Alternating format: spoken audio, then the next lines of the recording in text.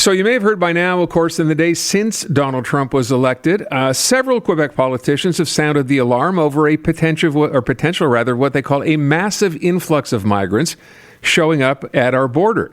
But beyond political concerns, the RCMP has also been paying close attention to the same issue. In fact, they've been preparing for this for months. Sergeant Charles Poirier is an RCMP spokesperson. He is on the line. Sergeant, thanks for your time this afternoon. Let me begin by asking, when I heard you say you've been preparing for months, so this eventuality, regardless of who had been elected, could have posed a potential issue as far as immigrants are concerned. So when you say you've been preparing, what sort of preparations have you been doing? So, as you said, as soon as we knew that Mr. Trump was a candidate in the U.S. election, we knew of his stance on immigration. So we started drafting this contingency plan that calls for different types of scenarios, whether it be just a few families, a few individuals coming across, or a massive influx like we've seen during the migration crisis. All right, if we go back to, what you referred to as the migration crisis, I think we're all familiar with what happened at Roxham Road. What has changed since then? So what has changed is that the Safe Third Country Agreement has been modified, which makes it less appealing, less advantageous for migrants wishing to claim asylum to enter illegally into Canada. But what we know is that it won't stop them. Some people don't care. Some people don't know about it. We know that, sometimes misery drives people to do things like that. So we just can't, not be prepared for that. Our worst case scenario, our fear, if you'd like, would be for people to start crossing everywhere along the Quebec-U.S. border. We're talking 810 kilometers to cover. And during the migration crisis, 99% of the immigration went through Roxham. But if all of a sudden people were trying to evade capture and they would try to sneak in the country without us knowing about it, it would present a real challenge for us. Okay, let's assume you mentioned the Safe Third Country Agreement. There's nothing, of course, that means this administration now coming in could change that, do away with it, modify it in some way. If we are facing that many people coming into the country, let's talk about Quebec's borders right now.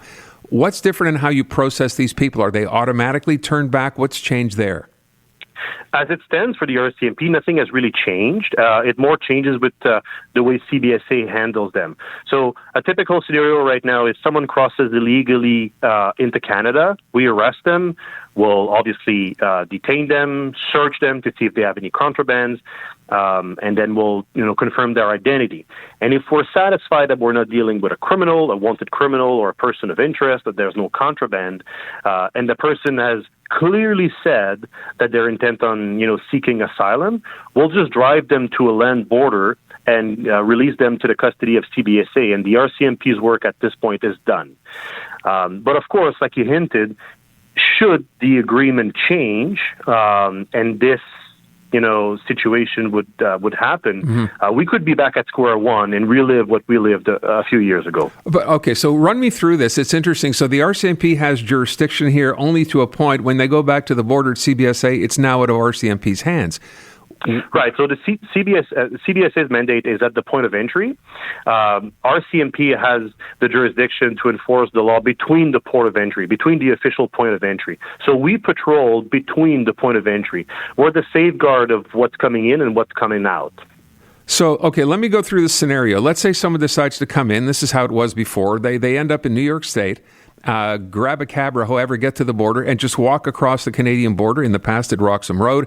This case, you go through them, you do what you have to do. You mentioned about contraband, and then you take them back to the border.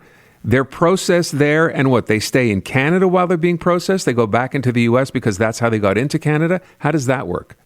I'm not too familiar with the CBSA process, but my understanding is that the direct back program makes it possible for Canada, either it be CBSA or another agency, to ultimately send them back to the United States. Absolutely. Okay. And in the interim, you said you've been working on this now at the RCMP for months. Have you been in contact with governments on this as well? With governments, certainly, but more importantly, with CBSA and with USBP. Because what has been happening is for the last few months, actually for the better part of the last year, we've had the opposite problem. We've had the southbound problem. People arriving into Canada through an international airport and illegally crossing into the United States. So we've had to develop some stronger mechanism of communication with USBP, and we've also had to invest heavily in technology.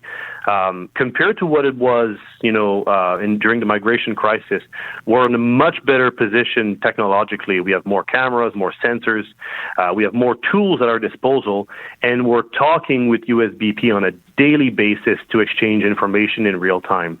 So that's a real game changer from what it was before. Have they given you an indication they are expecting a flood of people to leave the country as well? So far, it's status quo. Nothing has been observed, but of course, we're on high alert because, what we know is from the past, once it starts, it just escalates very quickly, right? A few families will do it. They'll put it out on social media. Media will report on it, and then, the word will spread like, wildfire. So I'm curious too, I've been focusing on borders, but you mentioned airports, for example, right? So how does this change now in terms of people trying to just basically land in the country and go from there? The approach is the same? Well, unfortunately, what we're seeing is that people are arriving into Canada legally, which means that they either have like a work permit or traveler's visa or whatever, right?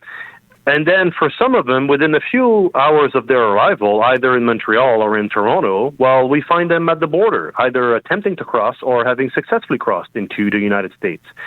Right now, for the past few months, the Indian national has been a problem. Lots of Indians that are being intercepted. They don't speak French or English. They have Indian passport, and it seems that the route has been carefully explained to them what to do.